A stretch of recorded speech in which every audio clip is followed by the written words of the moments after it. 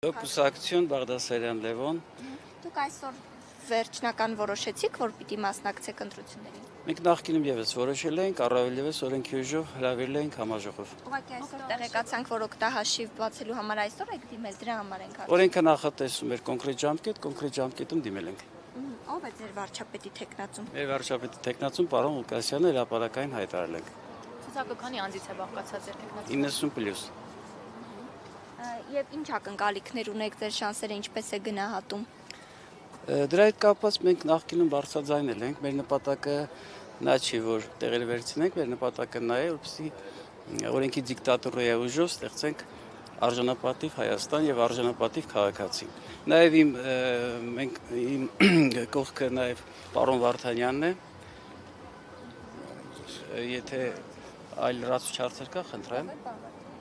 Համահայկական ճակատ կուսակցության նախագահ։ Մեզ մի հարց է հետաքրքիր ներողություն։ Եթե օրինակ անցնեք խորհրդարան, ձեր վարչապետի տեխնացուն Վարդան Ղուկասյանը գալու է Հայաստան, ինչպես է լինելու այդ փուլը արդեն երբ որ անցնեք։ Դրա մասին բարձրաձայնվել է պարոն Ղուկասյանը իրավունքի ուժով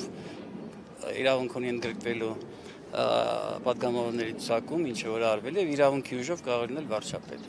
Ավելի մանրամասն ասեմ, Հայաստանում նման նախադեպերը բազմաթիվ են եղել, ինչպես երկրորդ նախագահի դեպքում, այնպես չորրորդ նախագահի դեպքում պարոն Սարգսյանի։ Տերես այսքանը։ Պարոն Բաղդասարյան, եթե իհարկե գաղտնիք չէ, գոնե առաջի 10-ին ցուցակի կներկայացնեք։ Այս բան կդժվարանամ ինչի, որովհետև ցուցակը ձեռքի չի։ Առաջի համարը ես ներկայացրեցի։ Մենք կհրապարակենք նաև ցուցակը սիրով։ Որ ուժերի հետ համագործակցություն եք դուք հնարավոր համարում հետընտրական շրջանում, եթե նման հարց առաջանա, որ ուժերին կմիանաք։ Դրա մասին եւս հայտարարել ենք, մենք կարծում ենք, վստահ ենք եւ իմպերատիվ արձանագրում ենք, որ բացառապես միասնական ուժերով է հնարավոր ստեղծել արժանապատիվ Հայաստան, վերապահում ունենք նախկինների եւ ներկաների։ Ինչի նախկինների եւ ներկաների, որովհետեւ քանի վերջիներս չեն գիտակցել իրենց մեղքը հրապարակային չեն բարձրաձայնել, չեն ապաշխարել եւ օրենք ուսանված կարգով չեն պատասխանատվության ենթարկվել, լավ իմաստով եմ ասում, մենք նրանց հետ գնալու չենք տեսնում, իսկ դրանից հետո եթե իրականում դա տեղի ունենա, բոլորը մեր եղբայրներ եւ քույրերն են։ Պարոն Վարդանյան, որքանով եք դուք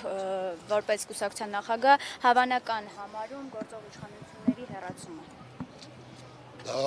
տեսեք ոնց է կատարվելու, դա ժողովրդի գիտակցության ներքո է կատարվելու, որովհետև մենք ապրում ենք ազատ անկախ պետությունում, ժողովուրդը պետք է հասկանա, որ այս 8 տարիներում իրանց ստելով, սուտ կերակրելով, ինչ-որ խնդիրներ ստեղծելով, արեցին այն ամենը, ինչը որ պետքա չանեին։ Ես եւս մեկ անգամ ասել եմ, որ 21 թվականի ընտրական ցուցակներում քաղաքացիական պայմանագիր կուսակցության նախընտրական ծրագրից ոչ մեկ լավ ծրագիր չէր գրել, բայց այս մարդիկ գրեցին մի բան, արեցին այլ բան։